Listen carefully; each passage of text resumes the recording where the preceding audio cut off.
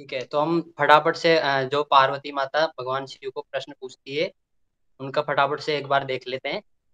तो पहला प्रश्न पूछती है माँ पार्वती भगवान शिव से कि मोक्ष के उपाय क्या है, तो उन्होंने बताया कि नाथ मार्ग और सिद्धि मार्ग। दूसरे प्रश्न में पूछती है कि जीव भाव को कैसे प्राप्त करता है, तो वह अहंकार की वजह से जीव भाव को प्राप्त करता है। फिर पूछते हैं कि योग की उपाय देयता क्या है,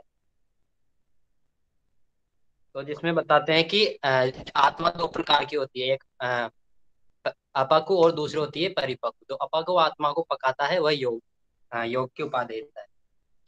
फिर आगे पूछते हैं चौथा प्रश्न, अज्ञान की निवृत्ति का उपाय, तो जिसमें दो मार्ग बताए हैं, योग मार्ग और ज्ञान मार्ग। पांचवा प्रश्न पूछते हैं कि ज्ञानी को मुक्ति क्यों नहीं मिलती, तो ज्ञानी को इसलिए मुक्ति नहीं मिलती क्योंकि वो ज्ञानी है, योग के द्वारा उसको अप्लाई नहीं करता हो। अगला प्रश्न पूछते हैं कि योगी का व्यवहार कैसा होता है, तो योगी का व्यवहार बताते हैं कि वो विदाउट अटैचमेंट के होता है, बिना बिना अटैचमेंट के होता है, निरासक्त होकर कर्म करता है। अगला प्रश्न पूछते हैं ज्ञानी जनों की गति क्या होती है, तो बताते हैं कि ज्ञानी जन अनेकों जन्म तक अ, योनियों में भटकते रहते हैं क्योंकि वो योग के द्वारा अपने ज्ञान को अप्लाई नहीं करते। फिर अगला प्रश्न पूछते हैं कि ज्ञानी को अनेक जन्म और योगी को एक जन्म में मुक्ति को मिल जाती है, तो इसमें कह रहे हैं कि ज्ञानी व्यक्ति योग के द्वारा अहंकार को नष्ट कर देता है जिससे उसे मुक्ति मिल जाती है। फिर आगे कहते हैं कि योग क्या है, तो उसमें बता रहे हैं कि प्राण और अपान का मिलन, तमस और अ, रजस और तमस का मिलन, सूर्य नाड़ी और चंद्र नाड़ी का मिलन ही योग है। अद्वैत की सिद्धि को ज्ञात करना ही योग है। फिर आगे योग के प्रकार आज हम पढ़ रहे हैं, आगे पढ़ते हैं, जिसमें भगवान शिव माता पार्वती को प्राणायाम के बारे में, इनके बारे में बताते हैं। प्राणायाम बंद।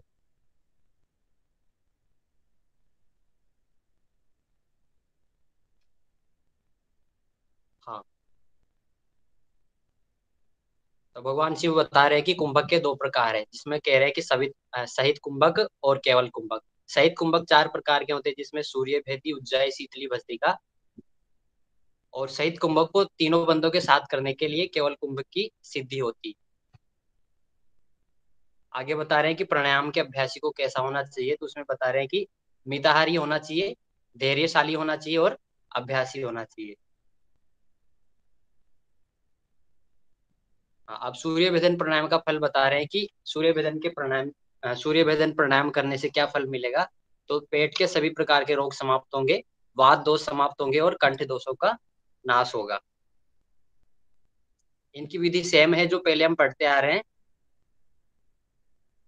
हाँ, उज्जाई प्राणायाम की विधि बता रहे हैं कि दोनों नाड़ियों से वायु को पेट में अंदर खींचकर योगी उसे कुंडलिनी के पास ले जाए, यथाशक्ति रोके तथा इड़ा नाड़ी से बाहर निकाल दे। ये उज्जाई प्राणायाम की विधि इसमें बताई गई है। इसके लाभ बताए हैं कि कंठ से कफ के कंठ कफ के आदि दोषों के सभी रोग को निवारण होता है। कंठ के अंदर जो कफ दोष होता है उनका निवारण होता है। मेरी आवाज आ रही है ना? हाँ जी जी, आ सुरेंद्र जी, रही आ है। रही है आवाज क्लियर। हाँ, आगे बता रहे हैं कि सिर के जो रोग होते हैं उनका निवारण होता है, जलोदर रोगों का निवारण होता है, और शरीर की अग्नि उज्जाई प्राणायाम को चलते चलते शरीर की अग्नि का भी निवारण होता है, और उज्जाई प्राणायाम को चलते चलते या उठते बैठते कभी भी कर सकते हैं। शीतल प्राणायाम बताया कि मुख से वायु को खींचकर नासिका से निकालना। इसके लाभ बताया कि पित्त जन्य रोगों का निवारण होता है और ज्वर को नष्ट करता है। हाँ, अब भस्त्री प्राणायाम का लाभ। ये भस्त्री का प्राणायाम है, इसमें भस्त्री नाम दिया गया है और इसमें भस्त्री को हाथी की संज्ञा दी गई है।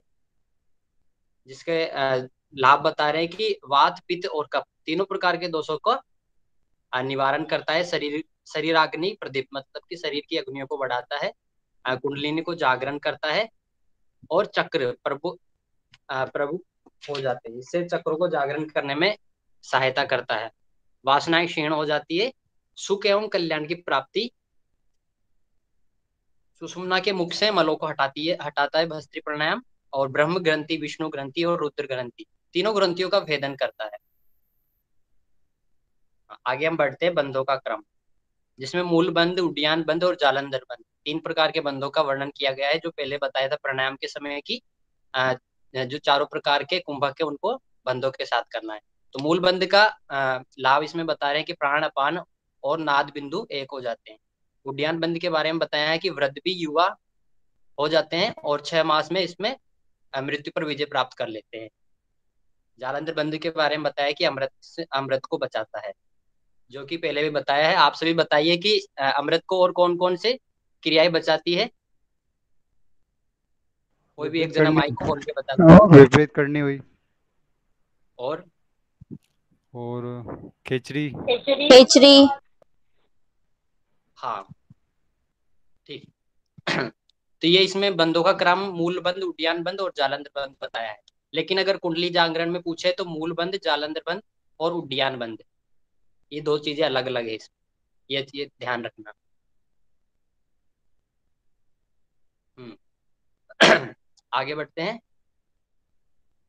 हाँ, कुंडली जागरण होने पर प्राणों का प्रवेश होने में सुषुम्ना में क्या अनुभव होगा। हमारी जो सुषुम्ना नाड़ी नाड़ी है, कुंडलिनी जागरण होने के बाद उसमें जो प्राणों का प्रवेश होगा तो उसमें क्या अनुभव होगा कि मेरुदंड के अंदर ऐसी खुजलाहट सी प्रतीत होगी, जिसमें मानो की चींटी चल रही हो। और शिव के स्थान में फील होगा, महसूस होगा। सहस्त्रार चक्र में जब प्राण शिव स्थान में पहुंचता है तभी योगी को योग की सिद्धि मिलती है। और आगे बता रहे हैं कि मणिपुर मणिपुर चक्र से सहस्त्रार चक्र के मध्य 21 मणियां पिरोई हुई रहती है, जो कि एक सूत्र में पिरोई गई थी। किस प्रकार की मणियों की बात कर रहे हैं। आगे कह रहे हैं कि सुषुम्ना में प्राण के संचार होने से क्या होगा, जिसमें कह रहे हैं कि मृत्यु काल पर विजय प्राप्त कर लेंगे। पश्चिम द्वार का वर्णन किया गया है, जो कि सहस्त्रार चक्र के उसको बताया गया है। 9 मार्गों का वर्णन है और 72,000 नाड़ियां बताई गई है। आगे कह रहे हैं इसमें कि पश्चिम द्वार में प्राणों का प्रवेश होने से केवल कुंभक की सिद्धि होती है।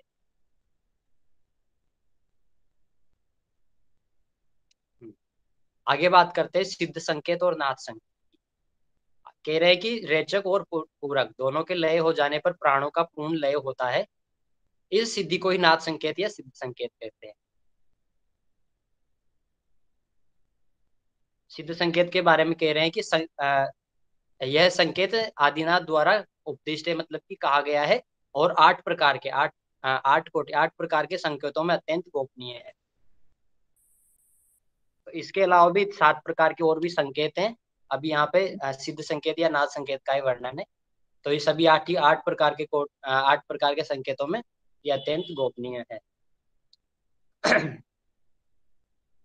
आगे माँ पार्वती पूछ रही है भगवान शिव से कि योगी कौन है। तो भगवान शिव बता रहे हैं कि जिस साधक ने साधना द्वारा प्राण और मन को वश में कर लिया वही योगी है, वही जितेंद्रिय है और वही सुखी होता है।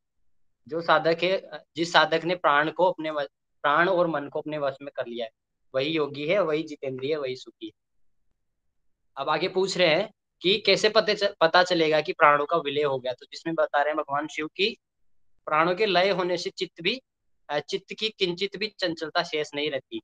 कि चित्त चंचल नहीं रहता, एक जगह रुक जाता है चित्त। जैसे तुम्बी से दूषित रक्त को खींचा जाता है, इसी प्रकार प्राणों का प्रवाह सुषुम्ना में होने पर सभी धातुगत दूषित मलों को खींच लेती है। राहुल सर ने बताया था कि तुम भी आयुर्वेद में एक इंस्ट्रूमेंट के रूप में काम में लेते हैं, जिससे कि जो अनप्योर ब्लड है, दूषित रक्त है, उसको बाहर निकालते हैं। उसी प्रकार प्राणों का जो प्रवाह सुषुम्ना में हो जाता है तो सभी धातुगत दूषित मलों को खींच लेता है, बाहर निकाल देता है। अब आगे पूछ रहे हैं कि नाद कब सुनाई पड़ते हैं। तो उसमें बता रहे हैं कि प्राण जब मणिपुर चक्र को पार कर अनाहत चक्र के पास पहुंचने पर विविध प्रकार के नाद सुनाई देते हैं, जिसमें हो गया भेरी, हो गया घंटी, हो गया और भी अनेक प्रकार के नाद हैं जो सुनाई देते हैं। केवल कुंभक, रेचक और पूरक का विलय। तो केवल कुंभक की सिद्धि के बारे में बता रहे हैं कि क्या केवल कुंभक की सिद्धि प्राप्त होने पर नाद सुनाई पड़ेंगे। चंद्रमंडल से अमृत का स्त्राव होगा, भूख प्यास पूर्णतः नष्ट हो जाएगी। देखो इसमें बताया कि भूख प्यास पूर्णतः नष्ट हो जाएगी। पहले हम पढ़ते आ रहे हैं कि भूख प्यास अल्प हो जाती है, यहाँ पे बता रहे हैं कि भूख प्यास बिल्कुल ही नष्ट हो जाएगी। काय और चित्त के मल भी नष्ट हो जाएंगे। हमारा शरीर और चित्त उसके मल भी नष्ट हो जाएंगे। शुद्धि सच्चिदानंद स्वरूप में अवस्थित हो जाएगी। जो शुद्ध सच्चिदानंद स्वरूप है उसमें हमारा शरीर, हमारा मन अवस्थित हो जाएगा और वह कैवल्य को प्राप्त कर लेता है। आज आगे हम 4 प्रकार के योग के बारे में बताया है, मंत्र योग, हठ योग, लय योग, राजयोग। इसका सीक्वेंस याद रखना, मंत्र योग, हठ योग, लय योग, राजयोग, इन सबको मिलाकर यहाँ पे महायोग कहा। अब पढ़ते हैं मंत्र योग के बारे में। मंत्र योग में कह रहे हैं कि रेचक, जो सांस छोड़ते हैं, एक्सेल करते हैं, उसका प्रतीक ह है। और पूरक, जो इनहेल करते हैं, हम सांस लेते हैं, उसका स है। ह और स, जो कि सुषुम्ना में प्राणों का प्रवेश होने से हंस से विपरीत सोहम ध्वनि प्रकट होती है। जो कि हम नॉर्मली सांस लेते हैं तो हंस जैसी ध्वनि आती है, निकलती नहीं है लेकिन वैसी ध्वनि आती है। और ये सुषुम्ना जब प्राणों में प्रवाहित हो जाएगी तो ये ध्वनि विपरीत हो जाएगी, उल्टी हो जाएगी, जिसको सोहम ध्वनि कहते हैं, जो हम पहले भी पढ़े थे अन्य उपनिषदों में। सोहम ध्वनि, ये ध्वनि प्रकट हो जाएगी, कब होगी? जब सुषुम्ना का प्राणों में प्रवेश हो जाएगा।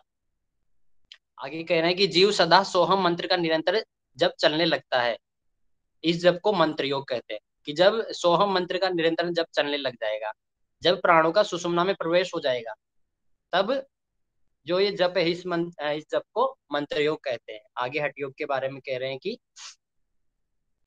सूर्य नाड़ी और चंद्र नाड़ी, ह से ह का सूर्य नाड़ी को ह कहा गया है और ठ चंद्र नाड़ी को। जब प्राणायाम साधना में सूर्य और चंद्र का ऐक्य हो जाता है, कि सूर्य नाड़ी और चंद्र नाड़ी दोनों एक हो जाती है, दोनों का मिलन हो जाता है, तो इन प्राण साधना को हठ योग कहते हैं, इसे हठ योग कहते हैं। भैया इसमें सूर्य नाड़ी ईड़ा है ना कि पिंगला है? हाँ नीरज जी बताइए। क्योंकि अभी अपन ने पढ़ा था ना, उसमें सूर्य नाड़ी पिंगला बताई थी, इसमें क्या बताइए हाँ योगेश इसमें जी? आप सभी बताइए क्या क्या है इसमें, मेरे को भी कंफ्यूजन है। सूर्य तो पिंगला ही होगी। ये तो हाँ दीदी, पिंगला सूर्य है, ईड़ा चंद्र है। ओके, इसको बाद में देखते हैं, अभी अभी कंटिन्यू करते हैं। हाँ तो कह रहे हैं कि सूर्य और चंद्र का जब ऐक्य हो जाता है, दोनों नाड़ियां मिल जाती है, तो इस प्राण साधना को हठ योग कहते हैं। और इसका लाभ क्या है कि सभी दोषों की समाप्ति हो जाती है, जितने भी हमारे दोष हैं सभी दोषों की समाप्ति हो जाती है।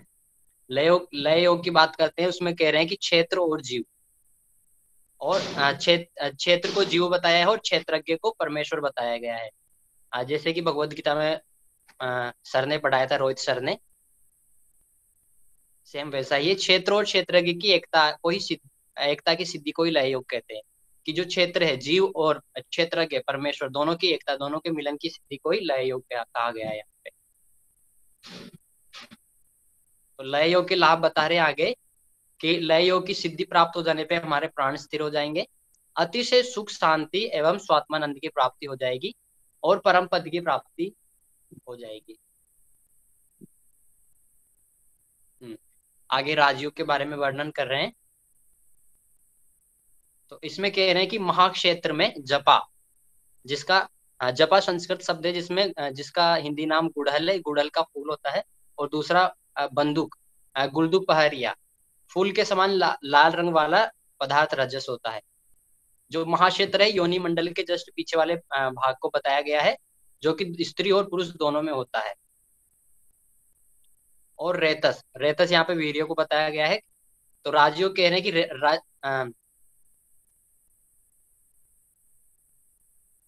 राज और रेतस का एक ही भाव ही राजयोग है। हाँ राज नहीं, यहाँ पे रजस आएगा, टाइपिंग मिस्टेक है। रजस और रेतस का मतलब कि रजस और रेतस का एक ही भाव, दोनों का मिलन ही राजयोग है।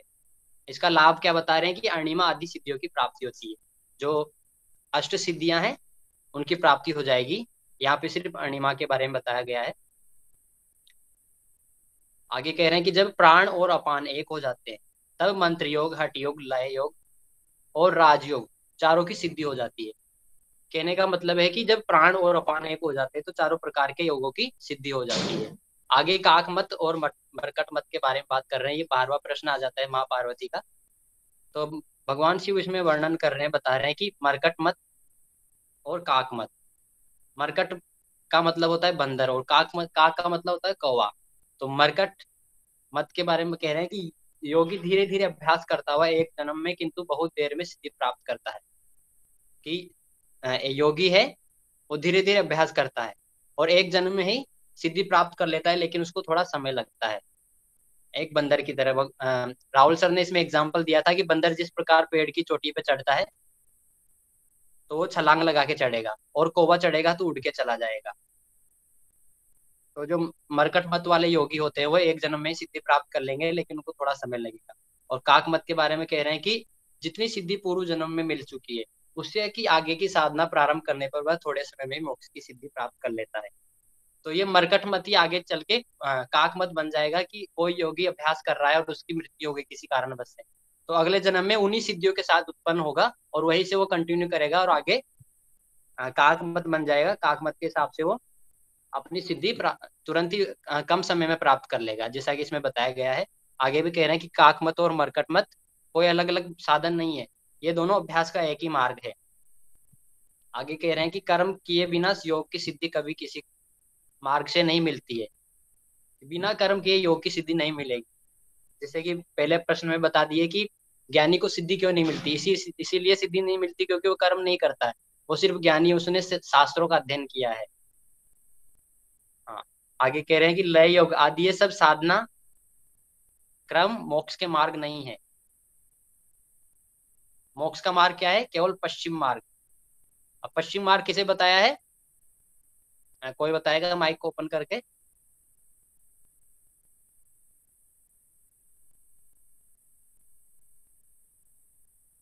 मेरी आवाज आ रही है ना आप सभी को? सहस्त्रार। हाँ, सहस्त्रार। आगे कह रहे हैं कि प्राणायाम साधना में संलग्न शरीर में अणिमादि समस्त प्रकार की सिद्धि आ जाती है। प्राणायाम की साधना करने से समस्त प्रकार की सिद्धि आ जाती है, जैसा कि पहले भी बताया है। नाद सुनाए पड़ते हैं और वो व्यक्ति, वह साधक तीनों लोकों में इच्छानुसार विचरण करता है। तीनों लोकों में वो अपनी इच्छा के अनुसार विचरण करता रहता है, कहीं भी आ जा सकता है। आगे बता रहे हैं महायोग किसे कहते हैं। तो महायोग के बारे में कह रहे हैं कि जो साधक अहंकार को समाप्त कर देता है।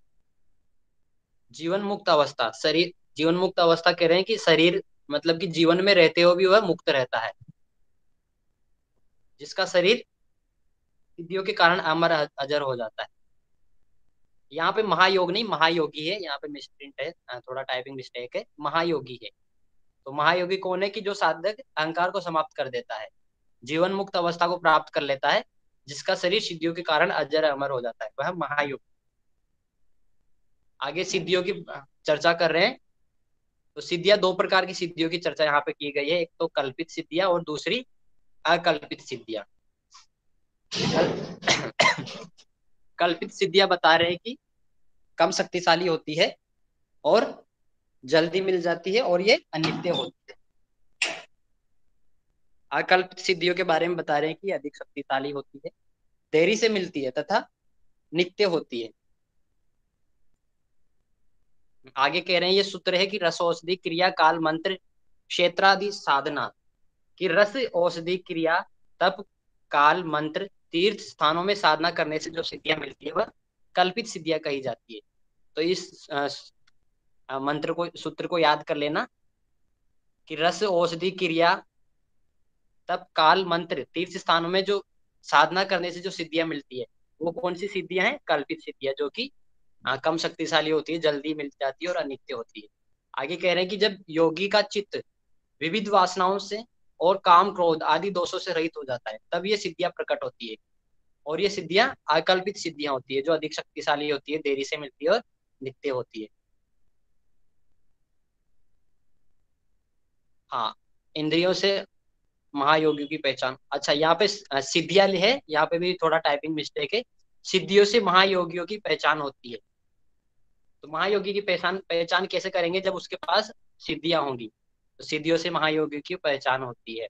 आगे कह रहे हैं कि द्वैत समाप्त होकर अद्वैत आने पर ही जीव मुक्त हो जाता है।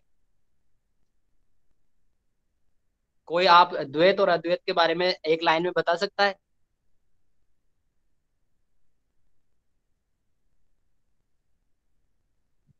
भावना दीदी, कोई भी बता दीजिए द्वैत और अद्वैत के बारे में एक लाइन में, शॉर्ट में।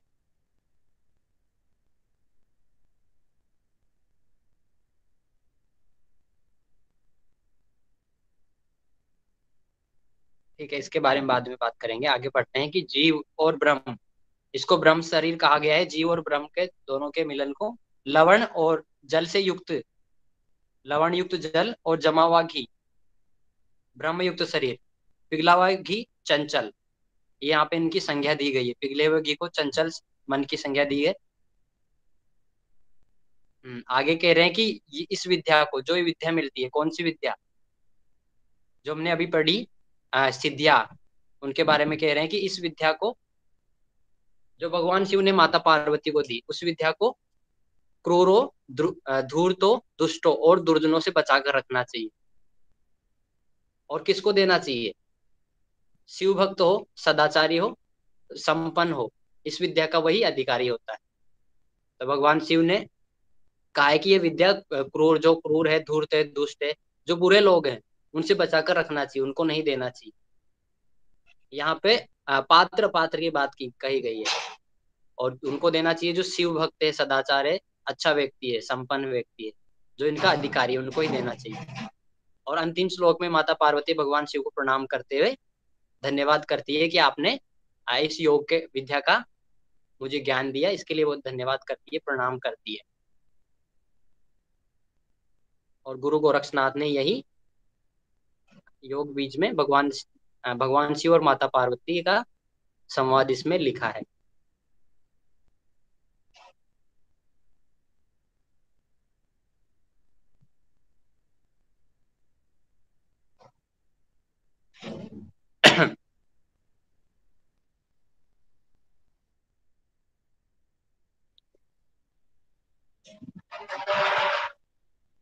सभी का बहुत बहुत धन्यवाद।